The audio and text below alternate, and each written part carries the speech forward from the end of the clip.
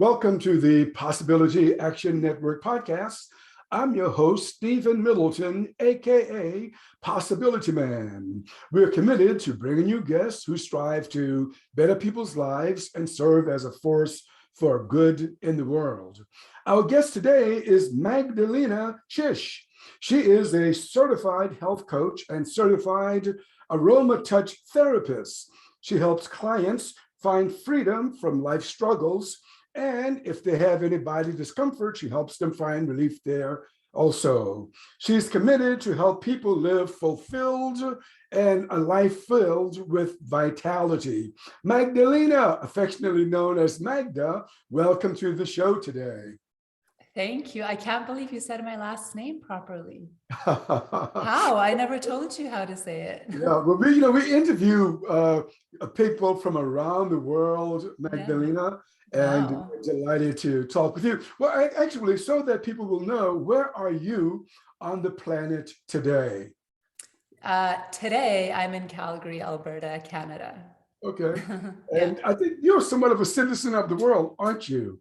A little Where bit, else have yeah. you lived, or where else have you traveled in your work and your life? Yeah, so I was born in Poland, and honestly, no one's ever pronounced my last name properly by just reading it. I don't know how you did it. It's a miracle.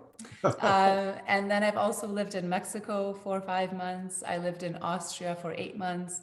I traveled around Europe. I've actually been to, I counted 32 different countries. Wow. So I've traveled a lot, but lived mostly in Canada. Okay. Well, I'm gonna trip you up in this one. I live in South Carolina. Do you know anything about the Carolinas? The answer is going to probably be Well, oh yeah, right. I lived there for 2 months. Yes. okay. Yeah, All right. I was in Columbia and I visited Charleston and Asheville. That was in North Carolina, though. Yeah. Yeah, it was beautiful. It was hot and humid, like a steam room all the time because I was there in the summer. But it was beautiful. Yeah.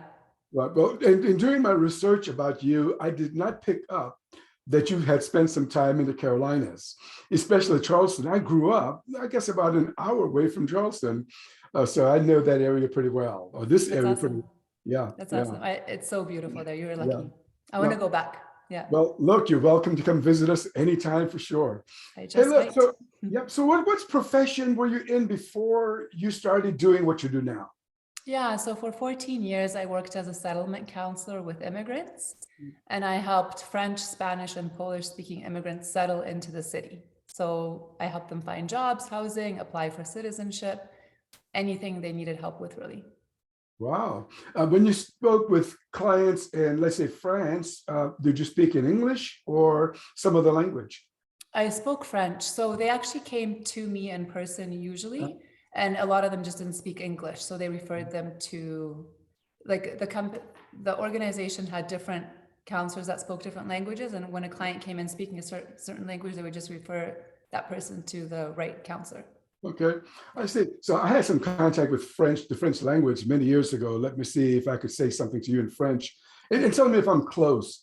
J'étudie mon français depuis septembre et maintenant de pratiquer mon français. Wow, très bien, very good. Okay. I understood, yes. You did? Okay, great. Hey, look, I know that you work with clients about health and wellness, and I want you just to, and you've lived in different parts of the world. I want you just to look at the world for a moment. And what would you say today is the status of, let's call it health culture around the world? The culture of the health status of people around the world. Where are we today, in your judgment? You mean like, are people generally more healthy, less healthy than before? Yeah. You know, the status of our health, as you put it, more healthy, less healthy. Are we more stressed today? Do we have more challenges in our lives today? What do you see today? Yeah, definitely more stress, definitely more challenges, a lot more obesity, a lot more chronic conditions, I find. Just I think because of the amount of stress that people are experiencing, the amount of toxins in our food and our cleaning products in the air. So generally, that's what I would say. And the things I typically help people with are chronic conditions. So it could be chronic fatigue, it could be weight loss, hormone balancing. A lot of people have very dysregulated hormones, which affect so many different things in the body. And then of course, stress. So I help with anxiety, depression, any kind of mental issue, not any mental issues, but mostly anxiety and depression. Yeah. That's great. So when you talk to people about, I mean, I'm glad you mentioned chronic health conditions, including, I think obesity is a major health condition, at least in my country. When you talk to people about it's possible to reverse chronic conditions without medication, and just made an assumption. Let me ask you, do you use a combination of medication in your work? If necessary, but on myself, I haven't, because I didn't need to, because I was able to find solutions strictly with natural things. But if people need medication, of course they can use it, but you don't need it much of the time. I'm not going to say in every situation, but 90% of the time it's not required. 10% of the time, sure, somebody might need Western medication. Understood. So if I hear you right, is that you work with people to reverse certain chronic conditions in your practice without medications most of the time, but of course you're able to make referrals if that's necessary. Yeah. So do you find people receptive to that when you say, look, if you have a chronic situation, it's possible for us to deal with this. And do you find people to be receptive to that? Sometimes. It really depends on the person. It depends how ingrained somebody is in the allopathic system, which is basically the Western medicine system, which is like medication for everything. And some people are open. Some people who have already gone through the medical system and haven't had results, then they start to open their mind up to more natural alternatives. And then they're more open. So it really depends. I'd say like 50-50. Yeah. Gotcha. Yeah, I'm glad you said it. So what made you look in this direction of helping people, you're not a medical doctor, I know, but to help people recover for certain conditions the holistic way? What made you look in this direction? Yeah, great question. I have an interesting answer for that. And I just wanted to say, of course, I think allopathic medicine has a place for sure. Sometimes you break a leg or you have a staph infection and you need antibiotics. Of course, I would say use that system for it. I just don't think it's very good at treating chronic conditions. So the way I got into health coaching is because of, like many health coaches, my own illnesses that I had to overcome, and many of them were chronic. So anxiety was one of them, depression was another, which I did used to take medication for, but I found it only masked the symptoms. It didn't get to the root cause of the problem. And when I started looking at the root cause and addressing that, I was able to go off medication, just live a much healthier lifestyle. But so that was one thing. I also had very, very severe chronic fatigue, which had me bedridden most of the time for three or 4 years. I also had parasites for 15 years without knowing about it. And the thing that so of course I went with my family doctor first. I went to different family doctors for treatment. Nothing was working. They gave me some drugs for the parasites. That didn't work because they had actually spread through my whole body. They were like microscopic amoebas. And that's when I started looking into, okay, so the story is that I was referred to the tropical disease specialist in Alberta, in my province, to help me with this. And the thing she said was, oh yeah, there's no cure for this. We can't do anything about it. Just organize your life in such a way that you can sleep a lot. Because I was sleeping like 16 hours sometimes and then waking up exhausted. Like if anybody has parasites, they know it, like the amount of fatigue, and they just drain everything out of your body, all the energy. So after that, I was like, okay, I don't like that answer. So that's when I started looking for natural remedies. I went to naturopaths, homeopaths. I tried different detoxes, and those things all helped a little bit. But for that specific condition, still nothing was really working until my mom said I should go see an acupuncturist, which I thought, what would that help? Like in my mind, I had to, detox my body of sugar so the parasites would die off, which was very hard for me because I like to eat sugar. Or I thought I would have to take a pill or something that would kill them. but acupuncture just didn't seem to vibe with the solution. But I said, well, I mean, I've been looking for a solution at that point for 3 years, and I had nothing to lose. So I went, and the acupuncturist told me I can either drink bleach to kill off these microbes, which obviously would kill me too. So that's not an option. Or I could strengthen my liver. And when you strengthen your liver, it's actually able to get rid of all pathogens in your body on its own, specifically in that case. And so all he did was, I went to acupuncture twice a week for 2 months. He did needling to strengthen like the energy in my liver and my kidneys as well. And then he gave me this paste that he makes out of sesame oil and some other natural herbs. And I drank that every day for 2 weeks. And within 2 months, the combination of the herbs and the needling, I was completely symptom-free. Like I was cured.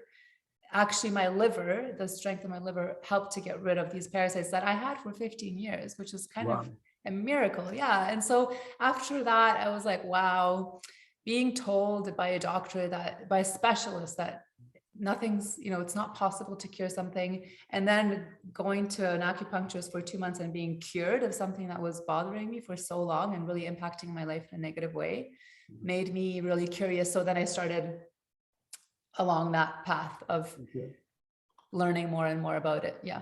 That's fantastic. Well, look, you've said a lot there. I just wanted to touch upon a few things that you've mentioned. And first, I appreciate you for saying, that you have experienced anxiety and depression. Have you always been that transparent, or because a lot of people who have experienced something like that, hide and keep it a secret, they don't really know what to do about it, but you just put it out there. So how did you come to that, to be so transparent, to share about your experience? I don't know. I'm just an open book and I don't know why. I guess I don't stigmatize it. I don't feel shame around what I've gone through. Maybe that's why I don't feel ashamed. It's just like, it is what it is. And in the same way that if somebody breaks a leg, they're not going to be hiding it. If you have other struggles, why hide them? Yeah. Well, I mean, I'm great that you put it out there, because someone watching this or listening to this, wherever they find this recording, will probably be inspired by you simply saying that you once experienced depression, but you no longer do. So thank you for that.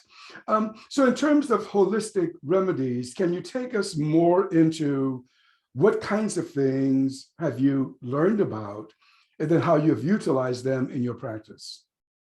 Sure, there's so many things, but if you want to talk about anxiety and depression, for example, so I would say one of the key things that helped me the most was getting tested for a genetic mutation called the MTHFR, which looks like it stands for motherfucker.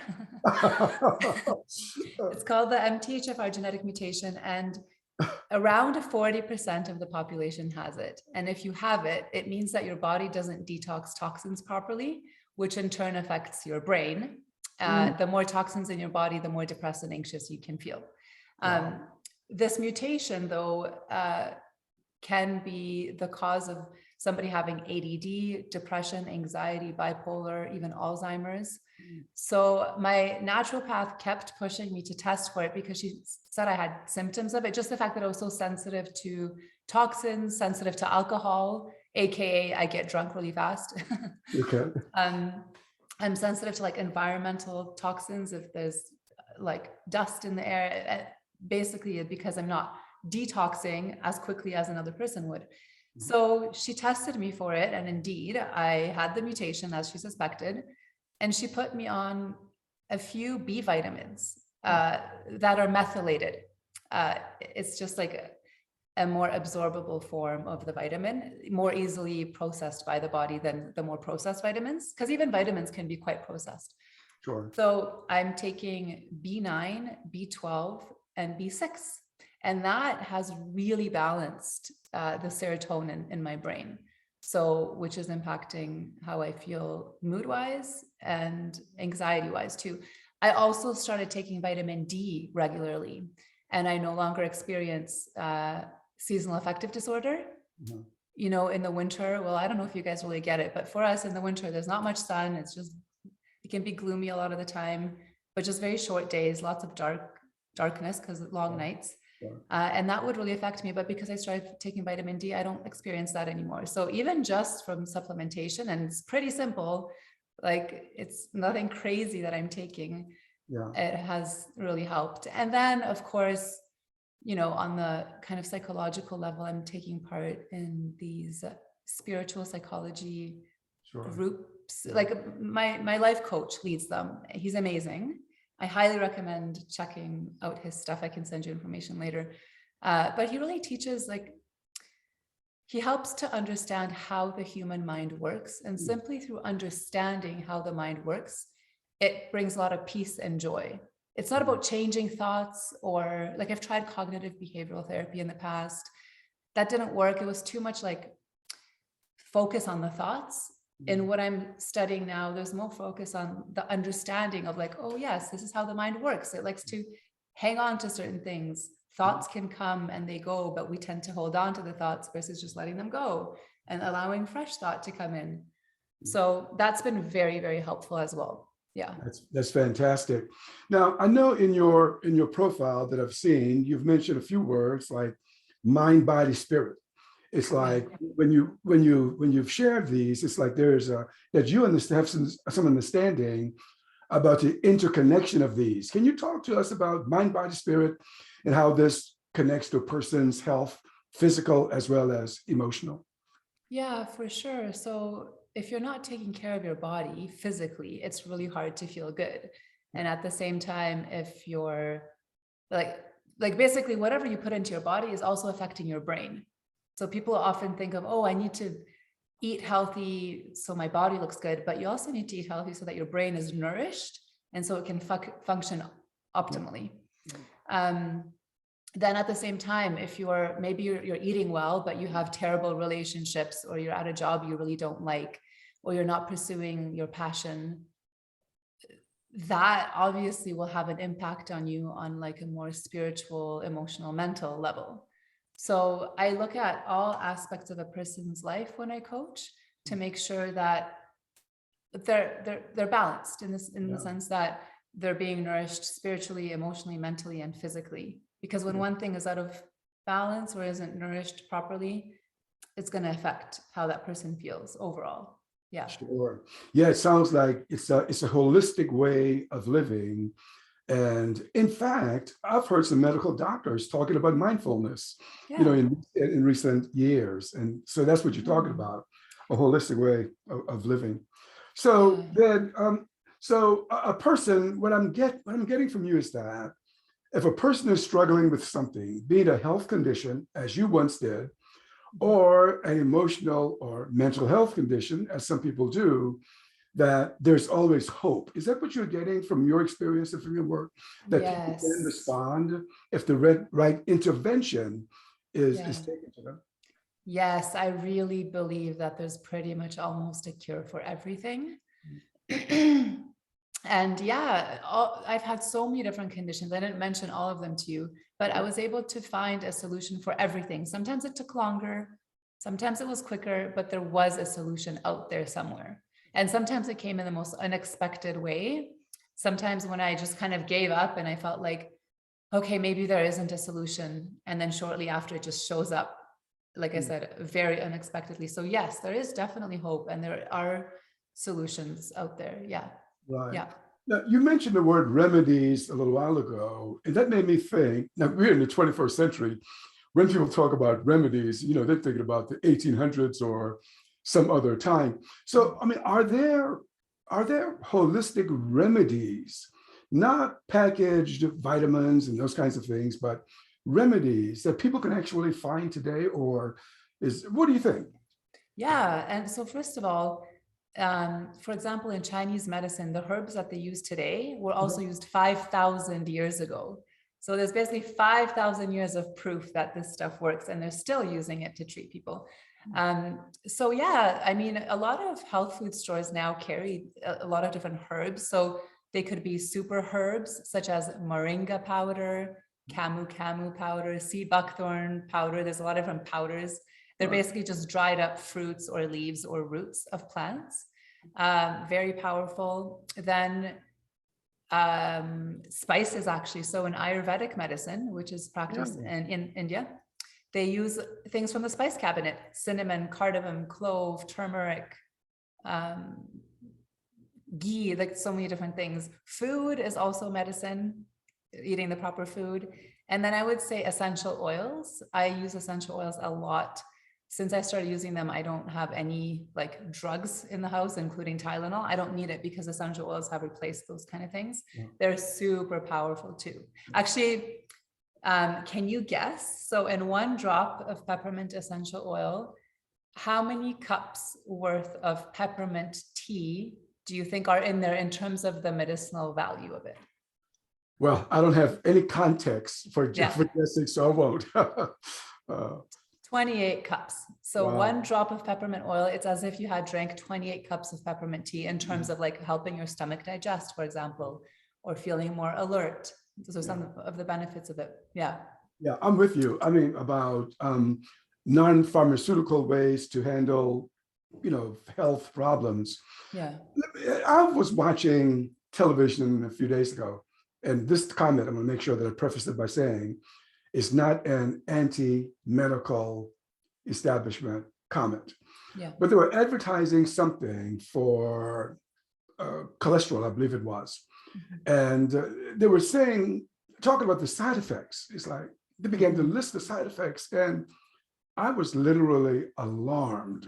Have you ever watched or listened to commercials about pharmaceuticals? I'm not sure if they do that in Canada, but in my country, they can advertise whatever they want to advertise. But have you ever come across these types of things? And what was your reaction to some of the side effects that you heard about? Well, one of the side effects is death very often. So, that's the thing. That is why I feel like natural medicine is the way to go most of the time, because of all the side effects. And obviously not everybody experiences them all, the entire list. Yeah. But I personally am very sensitive to any kind of drug, and I do experience a lot of the side effects, and that's why I don't take them. And a lot of my clients, like when I was working with the immigrants, unfortunately, the problem with going the natural route is it's not covered by insurance. And it can be expensive, which is sad, because I feel like everybody should have access to good food and good herbs and supplements. Right. So a lot of these immigrants would take medication, and they would take one medication and then another one to offset the side effects of that other medication, and then another one to offset. Like, you're always taking more medications to dumb down the symptoms of the side effects of the other medications. And they were on all these pills, and they were never feeling good, ever. I've never had a client come in being like, oh, I'm on all these medications and I feel amazing now. Like, I don't hear that. However, I've had clients go through my protocols and actually go off of some medication and then say, yeah, I do feel great. Finally, I feel like myself. I feel healthy, energized, Yeah. That should remind me of a couple of things. Let me just make this quick comment, and I want you to respond to it. If you care to, then I want to ask another question. But I remember, I don't take any medication now. I used to, but I don't take any medication.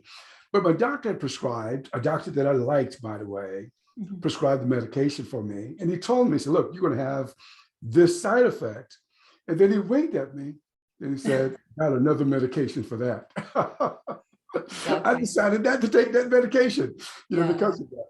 I'm not sure if you've had that experience or not. But well, and I want to say again, and I know I'm like really kind of biased towards natural things, but it's because they've helped me so much. But for example, you go to the doctor and he'll prescribe you iron pills, and people don't want to take iron pills because they're constipating. Then you go to a natural food store and you buy a natural iron supplement. It's actually called iron picolinate specifically. You don't have any side effects from that. It helps raise your iron levels even quicker than a pill from the doctor, and it doesn't constipate you. So why would you take a medication? Maybe because it's free. In Canada, a lot of it is covered. I don't think in the States it is, unless you apply for some kind of insurance. So here but like, why would you do that when there's an alternative that works better, has no side effects, and costs the same if you took out the factor of insurance? So, I mean, you mentioned, let's say obesity. In fact, just a few days ago, I asked Alexa, the Amazon app, a question. I'm just curious. I said, Alexa, what's the percentage of children in the USA who are obese today, or living with this chronic condition, obesity, from no fault of their own, by the way? Yeah. And you know, the response just surprised me. According to Alexa, 1 in 5 child in the US today is obese. Yeah. Wow. What is it like in Canada? I mean, do you see that as an issue for Canadians? I feel like the States is worse off than Canada, especially because the portion sizes too. You go to a fast food joint, and I was telling somebody the other day that like I purchased a burrito in California like a few years back. It was like this big, and I held it like a baby. I was like, this is my burrito, baby. How can I fit this in my mouth? But yeah, Canada is not the best, but I'd say it's better than the States. But still, I think Europe is way better off than Canada. Although now that they're westernizing Europe, I'm starting to see obesity rise there. Like, for example, Poland. I would go back quite often. And in the beginning, when I would go back, I was like, wow, everybody is so slim here. And then a certain year hit when they actually started introducing more fast food places. Such a noticeable difference with more overweight people. Maybe not necessarily obese, but much more overweight. Yeah. Right. And there are health consequences to that. You know, not only the social problems that a child especially could experience, because, you know, kids can be very cruel. Yeah.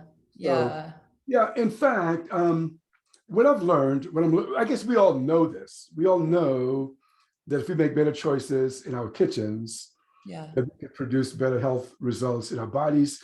Do you find that to be true? That if human beings make better choices about what they consume, that the health results, you know, could be better? Is that what you find? Oh, 100%. And I think, as much as I think exercise is very important and it's great for your mental state and for releasing endorphins, I'd say 80% of how you look and feel is your diet, what you put into your body, and 20% is exercise. So yeah, it's so crucial what you put into your body. Also, there's so many hidden like toxins, chemicals, and fats, like bad fats when you're eating out. Or if you're buying the wrong things and bringing them into your kitchen, of course, like it depends what kind of oil you're cooking with. It depends what kind of bread you're eating. And what I do with my clients too, by the way, I never tell them to eliminate things. I tell them to replace. So for example, if they're eating like white, as in Mexico, they call it bimbo bread. That's the brand of it, just like plain white bread. I think it's like flour and I don't know what else they put in there, but it's not exactly healthy. So I'll say, okay, you don't have to stop eating bread, but maybe start buying some sourdough bread, which is much healthier and still delicious, or some rye bread or pumpernickel bread. So, or for example, if you're cooking a lot with oil, like canola oil, I would say replace the canola oil with olive oil or coconut oil or butter. Even butter is much healthier. So there's so many healthy choices where people just don't know. They're unaware that what they're eating is causing them to be unhealthy a lot of the time. Right. I think you made a good point there, and just wanted to stay with this for a moment, because firstly, I think people know that they got choices. They may not make them, but they know they got this power to make a choice. The thing that stymies some people, and let me know if you found this, is that they don't know what to do.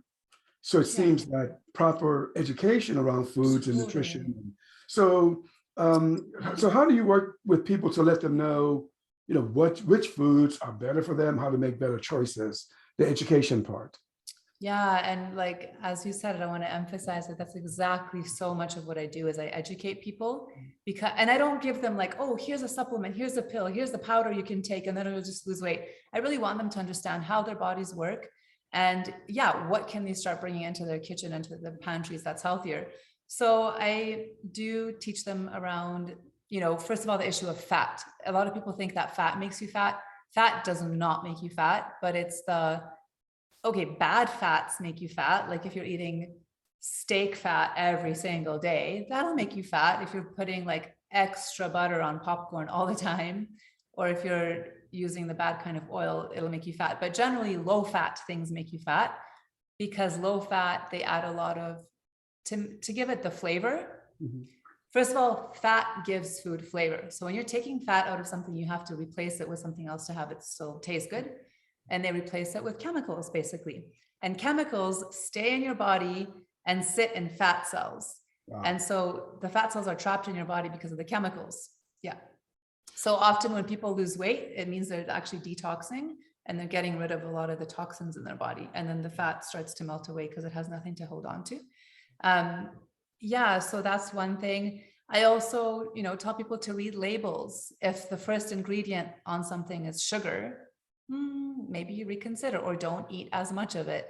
A lot of things in the pantry, there's a lot of things you can't even pronounce in those foods. So it's probably not the best for you. It's not exactly like a fresh vegetable or fruit, not the same nutritional value. It's a lot of empty calories, which will just have you addicted to it. The chemicals make you feel addicted and make you eat more. Because if you eat something that's really nutritious and healthy and from the earth, you actually feel satisfied and you don't have that dopamine response where you're like, oh, I need more.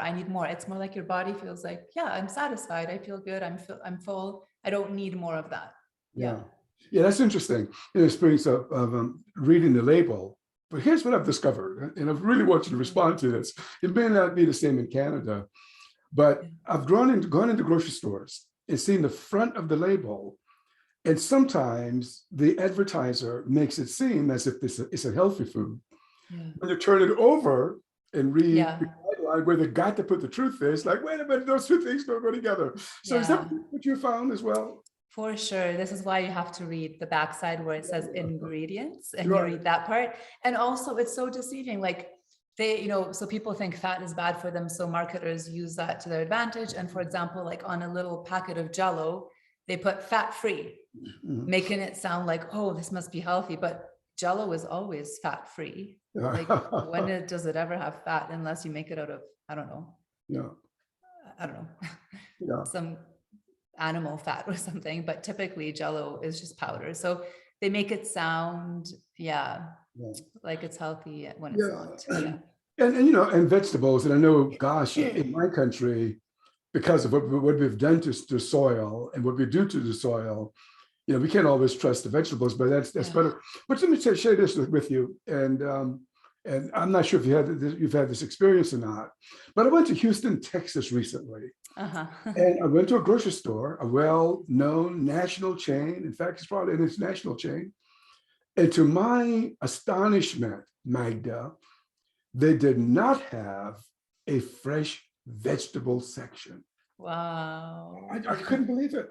Have you ever encountered such a thing in your travels? No, but I'm not surprised because I think Texas is the biggest state, as in, okay, maybe the biggest state physically, but the most obese people live in Texas, right?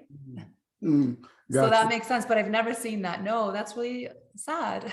Yeah, I mean, I just couldn't believe it, especially for this chain. Yeah, crazy. So let's talk some about vegetables.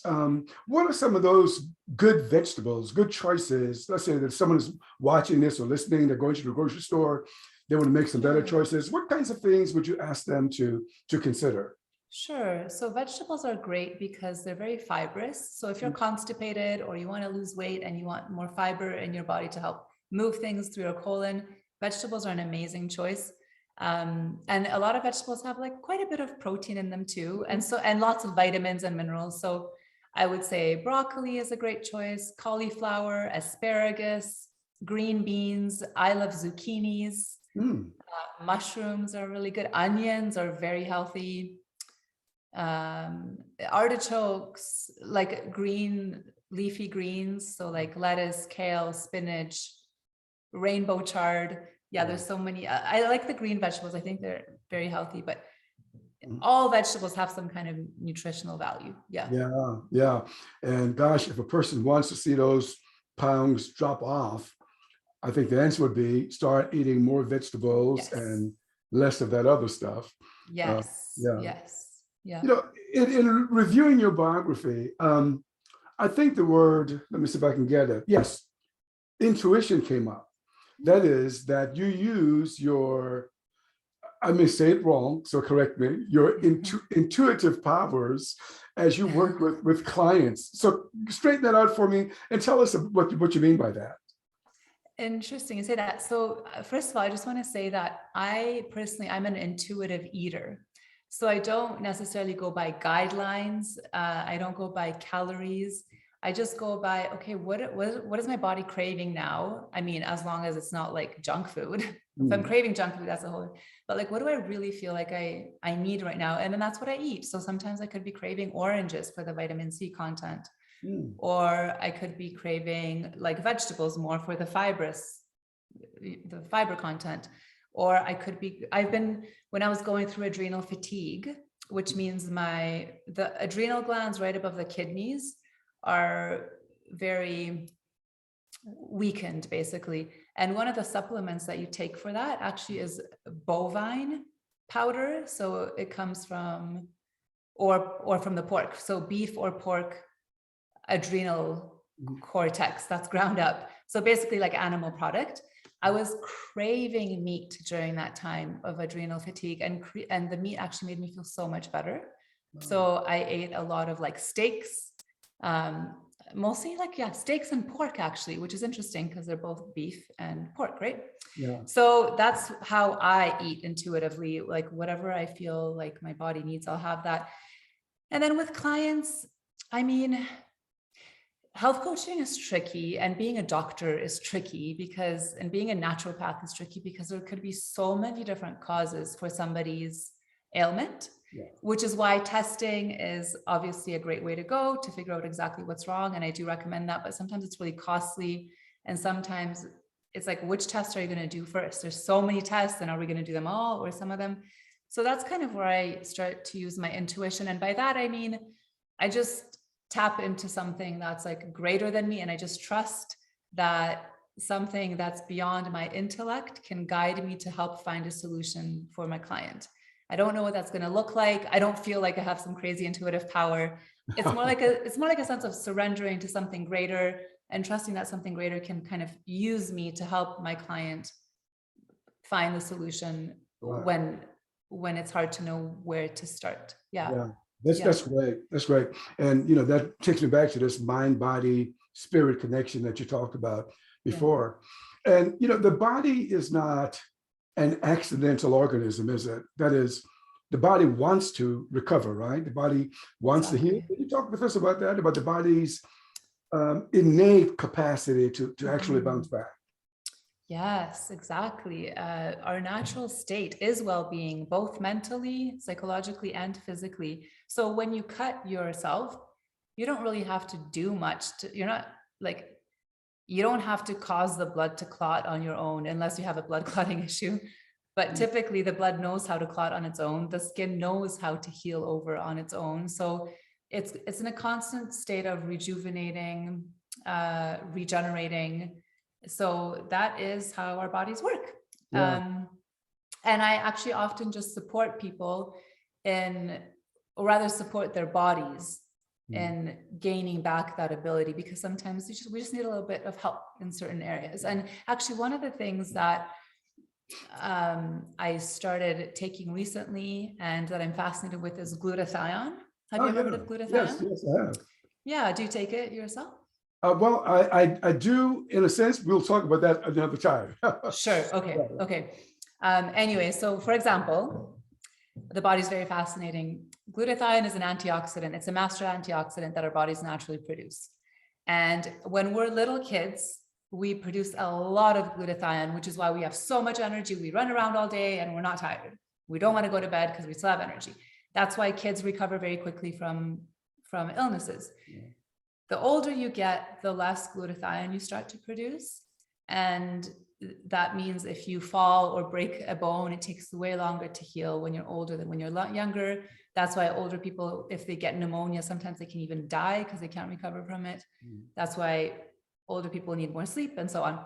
So for example, I suggest glutathione for people so that they can take it, so that they're supplementing with something that their bodies just are not producing as much of anymore, to continue having like that youthful energy, spirit, mood, that's one example of how I can support somebody. Yeah. That's fantastic. You know, the word homeostasis comes to mind. Yeah. Both body and mind can be out of homeostasis, out of balance. And Yeah. what you're saying is that you bring it back into balance, and then what happens? And then you heal. And then you heal. Then you heal. Yeah. That's so wonderful.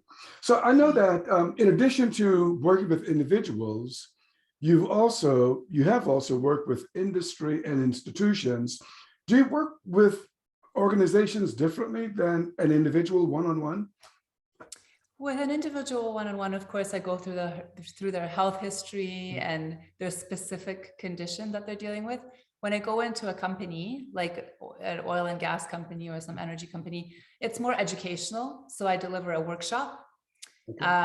And then after the workshop, I do offer 30-minute complimentary coaching calls with people if they want to sign up. So then the individuals in the company can get a free call. Otherwise, it's an hour of teaching, basically. So I teach on nutrition. I have a few topics on stress management. I also teach on the importance of exercise and hydration. I teach about essential oils. So that's what I do when I go into a company. It's more like a workshop, yeah, but it's interactive too. Gotcha. Yeah. So what is your, if I got this right, I think I found it in connection with you. What is your Love Your Body program? Did I get that right? That you have a Love Your Body program? Yeah, you really did your research about me. That's great. So Love Your Body is basically a weight loss program for people who want to lose weight without focusing on their weight, without calorie counting, and without feeling restricted in their eating. And it is a holistic program, so it can be tailored a little bit more towards people who binge eat, but it doesn't have to be. I've had people come in who don't binge eat, but if people do binge eat, it's a very helpful program for that because we address the emotional relation to eating as well. I have an 8-week and a 12-week program. They both discuss the same topics. So the topics are hormone balancing, gently detoxing the body on a daily basis. I don't do like big, intense restrictive cleanses. I just tell people how to very gently detox their bodies daily. I talk about nutrition. I talk about how to manage anxiety and depression. A lot of it is just like really self-acceptance and self-love, while at the same time making positive changes in people in their lives. Yeah. That's fantastic. Hey, look, you are the first aroma touch therapist or certified aroma touch therapist that I've ever talked to. What is an aroma touch therapist? And then what is that? Sure. So I started off using essential oils and using them, for my own conditions and then helping people with theirs. But an aroma touch session is where I apply 8 different essential oils to the back, neck, head, and feet. And each essential oil has a different function to bring the body back into homeostasis, as you were saying before. And it was developed by a chiropractor, a doctor, who has been using these oils for a long time. They're doTERRA oils. I don't know if you've heard of that brand. Have you heard of doTERRA? No, not okay, it's a very high quality oil that you can actually take it internally. You can drink them and eat them. Okay. Yeah, but I basically apply the 8 different oils. So basically the results people can see is better sleep, more energy, less anxiety, boosted immune system. It basically just brings your body into an elevated state. And it's actually kind of fascinating. When I was taking my certification in it, we watched a case study of a boy who was actually paralyzed. And, he was doing his exercises to try and be able to walk again, but he was also doing aroma touch a few times a week. And that really helped him a lot to restore his nerves. And he was able to walk. Yeah. With a combination of occupational therapy and aroma touch, but it's pretty powerful. Yeah. That's fantastic. So as a coach, and I just want to make sure that I'm clear, would you say that you are a health coach or a life coach? Combination of both, but I'm a certified health coach.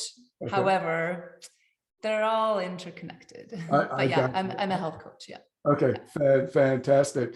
Hey, look, is there anything else that you would like to share with us that I have not asked you about today?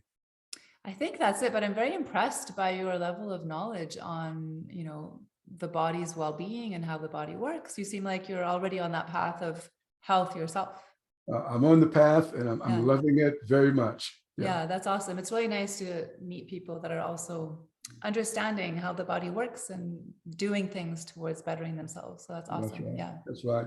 Yes. Well, thank you so much, Magda, for being with us today. So my pleasure. you've been listening to the Possibility Action Network podcast. My guest today has been Magdalena Czyz, a health coach and a certified aroma touch therapist. Magda, once again, thank you for being with us today. Until next time, good day